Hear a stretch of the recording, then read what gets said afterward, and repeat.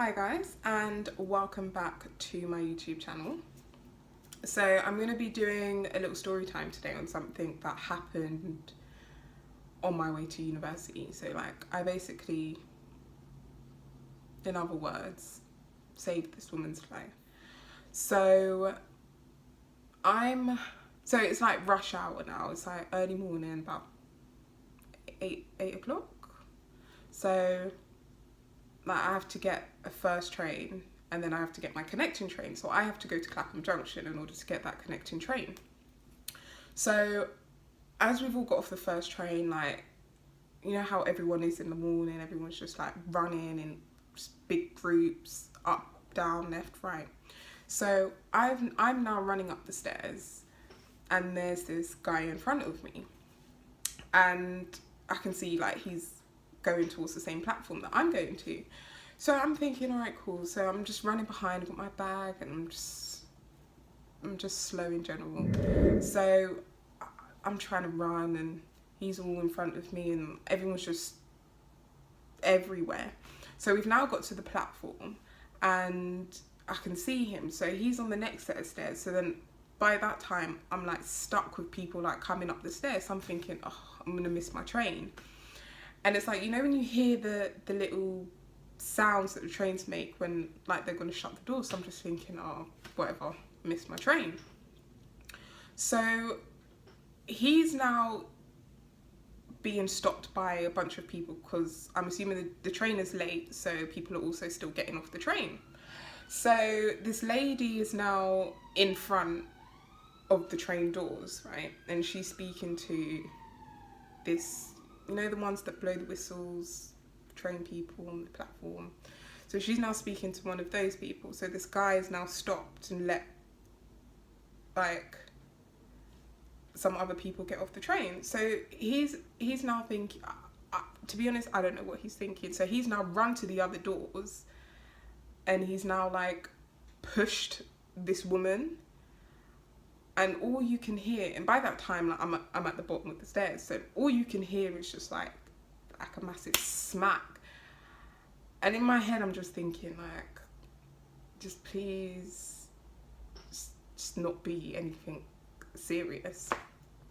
So obviously, as I've now looked, this lady is in between the train. So she's in between the train and the platform. And nowadays, I don't know what it is between the platform and the train, because it's the gap is huge. So she's now in between, and I don't even mean to say it like this, but if it wasn't for you've got to be thankful for your body weight, because if it wasn't for her belly and things like that, she would have gone straight down. So this lady's now, the train woman that blows the whistle, she's now managed to grab a side of her and by her leg and everything. So I'm standing there. She's pulled her up from the corner of the platform because she's lodged, and I can just she gets up and she's sitting up, she's conscious, and you just see blood, and I'm just thinking, my worst nightmare. It's come to reality. I hate blood. It just makes me feel weak. So I'm thinking, and this lady, she's because she was 50, but she was, you know, so her top is all saturated with blood. She's now holding her head.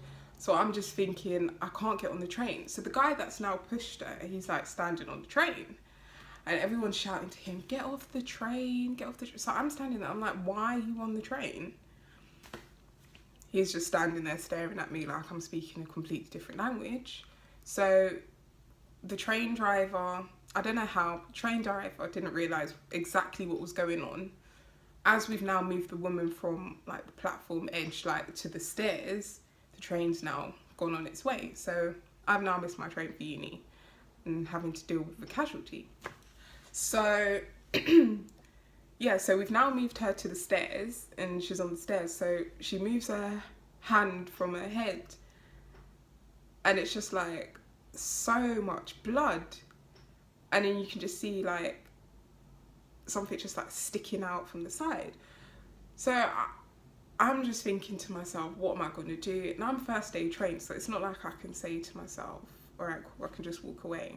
Now I'm on the phone to the ambulance and they're obviously explaining what to do. So I've now had to wrap a bandage around her head.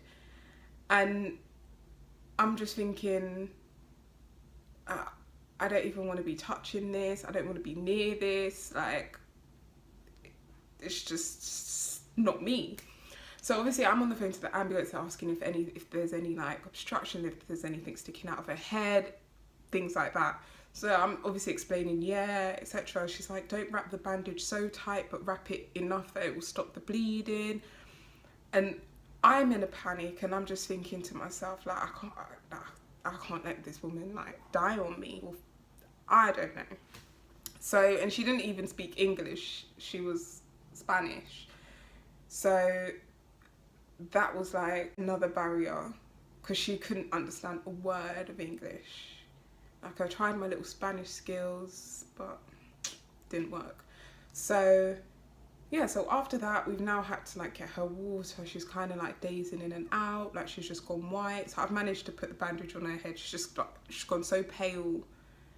Her lips kind of went blue. Then she kind of came back, and it just kept happening. So the ambulance has now turned up. The police has now turned up. So this is all looks like a crime scene. So I've now had to give my statement. There's another lady that's also helped that had to give her statement. And when I think about it, it's like the guy knew exactly what he did, but he just chose to be ignorant about it and just literally just disappear. And I'm just thinking to myself, like, imagine if that was your mum and someone pushed your mum and they walked away with it. Like, are you really going to be happy with that? Are you going to be fine with that? But what can I say? So the ambulance then took her away. They said she had to go for operation. I'm just thinking all of that. The guy, so I spoke to the police and everything, and the police are saying to me that they don't know where the guy is. They're trying to find him on CCTV and everything. And I'm just thinking, like, how did no one inform the train driver of this? And so yeah, so people in this world can just be so cruel. So moral of my story is, if you're getting on a train, if you're commuting to uni, if you're doing anything, just like be wary, and just like don't, even if you've missed your train, just be like, do you know what, I've missed my train. Because it's like being in that situation, it's like life or death. Because it's like, imagine if she actually dropped under the train, no one really knew, no one informed the train driver.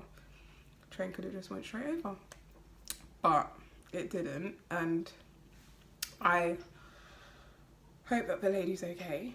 But yeah, the police were saying that if he doesn't get caught, or if he gets caught, it's gonna have to go to court and everything like that. And I'm just thinking, all because of a stupid mistake.